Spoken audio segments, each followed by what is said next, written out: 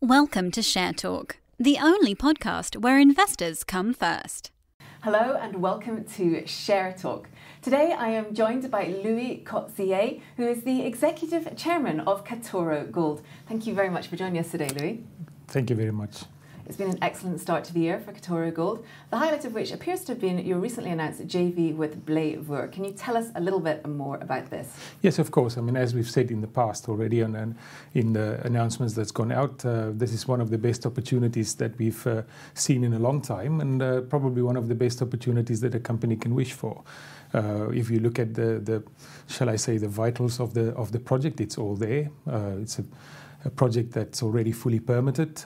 We don't have any mining risk as such because it's just tailings that we're going to process. We're looking at an all-in sustaining cost of around about $648 per tonne, given where the current gold price is. I mean, that's an absolute no-brainer then. The modelling that we've done on the financials or the feasibility of it on a financial side, we've done at $1,300 per tonne, and again, where the gold price is now, it's again a no-brainer in terms of the opportunity. And then on top of that, we've made a lot of progress in terms of the feasibility work that's supposed to be done on this. A lot of that was done before we've even done this transaction, so we sort of hit the ground running. So we're very excited about the opportunity.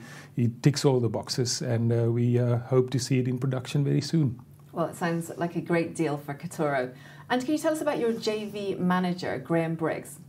Well, I should have mentioned that as part of the first answer already. Graham is one of the most experienced mining people in South Africa. He's the former CEO of Harmony.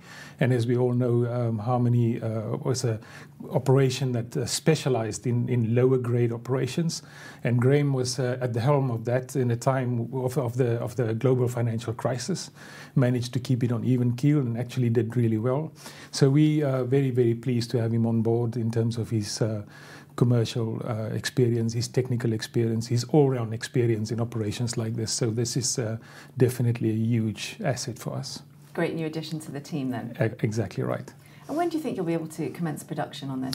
Well, we're doing the normal pre-production work that we should be doing at the moment. As I've mentioned already, a lot of the feasibility work has been done already.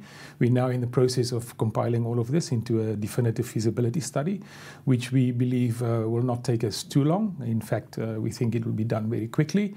And then it's all about putting in place the necessary project funding, which we are working on at the moment, which we're making really good progress on. At the time of announcing the transaction, we already mentioned that we're talking to various people. Those discussions are continuing at the moment, and as I said, progressing really well and satisfactory at this point in time. So we hope to stay within the timelines that we announced when we announced the transaction, and that is within 12 to 18 months. Great, looks like things are progressing well.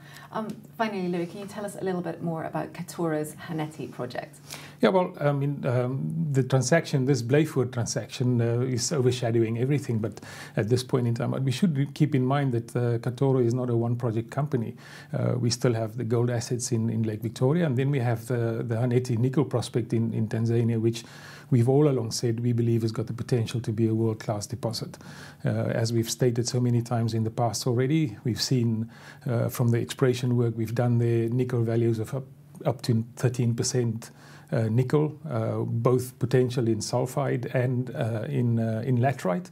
We are more excited about the sulfide potential, and from the work that we've done so far, we believe that it could be a sulfide. We still need to test and prove that, of course. And then it's also have values of up to 3 grams per tonne in PGMs, and it's got significant other potential as well in terms of gold and lithium.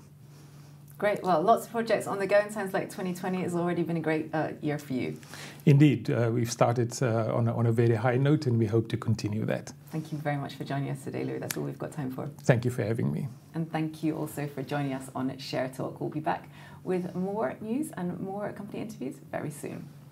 Thank you for listening. Remember to visit our website for more news and other podcasts at www.share-talk.com.